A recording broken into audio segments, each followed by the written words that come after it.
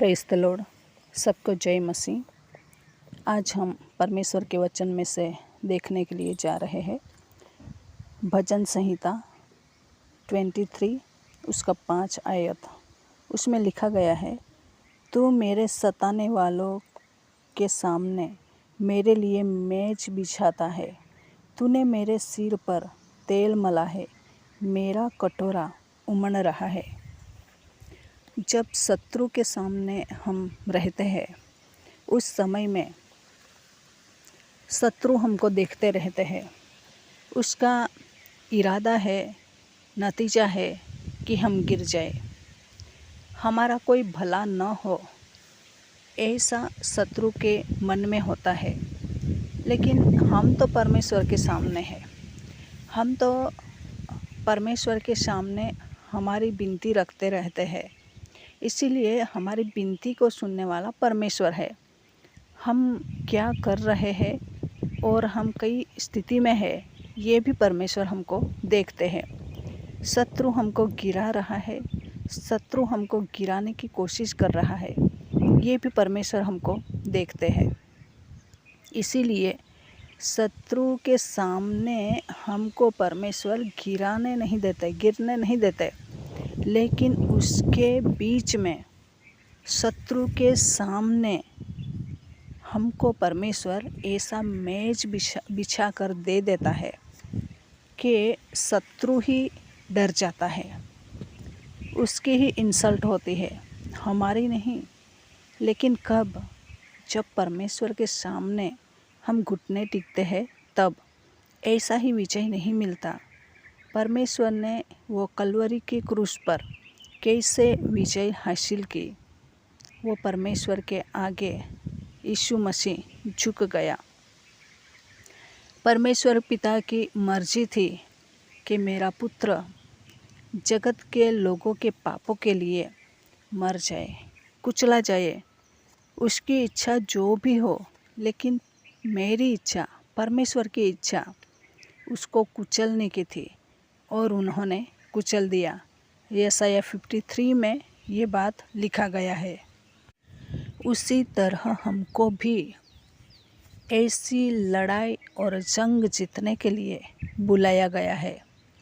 लेकिन कई मसीह लोग ऐसे हैं, कीड़ी मकोड़े को देखकर ही डर जाते हैं।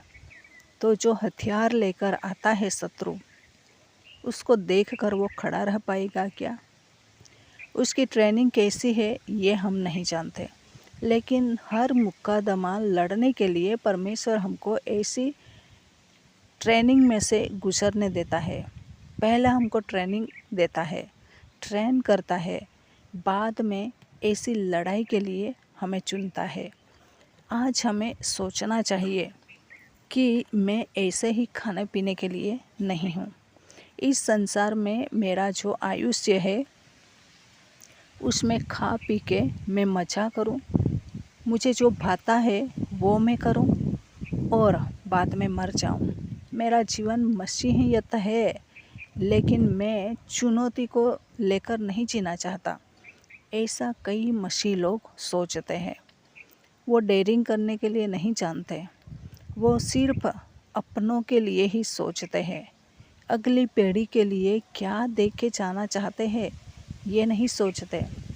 मैं ही ये मुकदमा नहीं लड़ सकती तो कौन अगली पीढ़ी का सोचेगा, ऐसा सोचकर छोड़ देते हैं। लेकिन हमें ऐसे कमज़ोर नहीं बनाया है। दाऊद था, वो कैसा था? बड़ा आदमी था गोलियत, उसके साथ लड़ने के लिए गया।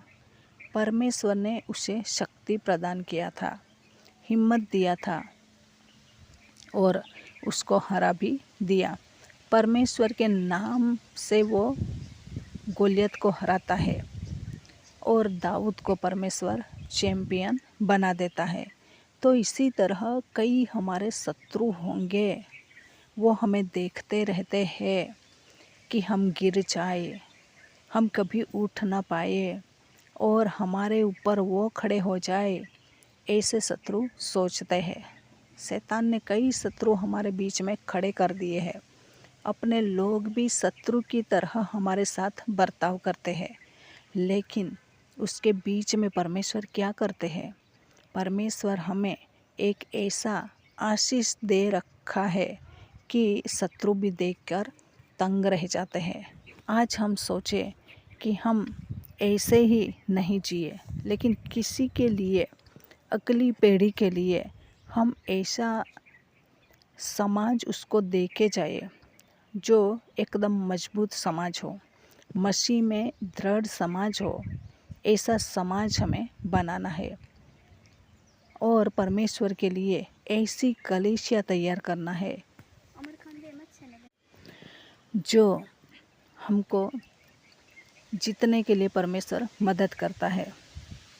इसीलिए आज हमें सोचना चाहिए कि मैं किसके लिए जी रही हूँ, खाने पीने के लिए या परमेश्वर के लिए युद्ध करने के लिए। ये बात सोचने की ज़रूरत है। ऐसे तो कमज़ोर लोग हैं जिसके हाथ पैर नहीं है, वो ढीले होकर जी रहे हैं, अपनी ही वो दया खाते रहते हैं।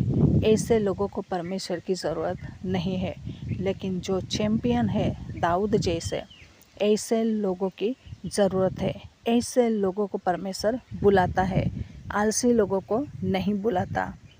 जिसको डर है ऐसे लोगों को भी नहीं बुलाता, लेकिन जो हिम्मतवान है, शूरवीर है, उसको परमेश्वर बुलाता है। उसकी इच्छा है, अभी तक वो शूरवीर नहीं बना है, लेकिन परमेश्वर के लिए कुछ करने के लिए तैयार है। ऐसे लोगों को परमेश्वर बुलाता है। आज हमें सोचना चाहिए कि मेरे शत्रु के सामने परमेश्वर मेरे लिए मेज बिछाता है, इसीलिए शत्रु से डरने की कोई ज़रूरत नहीं है। ऑलरेडी शत्रु को परमेश्वर ने पहले से ही हरा दिया है, क्रूस पर उसको कुचल दिया है। उसका कोई भी ताकत नहीं है हम पर मुक्कादमा लगाने की, इसलिए डरने की ज़रूरत नहीं है। हियाव बांध कर हमें दृढ़ रहना है और परमेश्वर के साथ खड़े होकर हर शत्रु हमारे सामने जो मुकदमा रखता है उसको लड़ना है और परमेश्वर हमको जिताएगा और हमारे शत्रु के सामने हमें हमारे पक्ष में रहकर परमेश्वर हमें चैम्पियन बनाएगा, शत्रु के सामने ऐसा मेज बिछाएगा। इसीलिए हियाव बांधकर निडर होकर परमेश्वर के राज्य के लिए कुछ करने के लिए हम तैयार होना चाहिए। तो ये वचन के आशीष परमेश्वर हमको दे, आगे बढ़ाइए। प्रार्थना करेंगे। परमेश्वर पिता, हम आपकी स्तुति करते हैं। सभी सुनने वाले मसीह लोगों को हम आपके हाथ में सौंप देते हैं। उसके सामने जब जब शत्रु आए उसको गिराने के लिए कोशिश करे, ऐसे समय में आप उसके लिए मेज बिछाओ, ऐसी विनती करते हैं। ये छोटी सी विनती यीशु मसीह के प्यारे नाम से मांगते हैं। सुनो और कबूल करो। आमेन। Thank you. God bless you. Amen.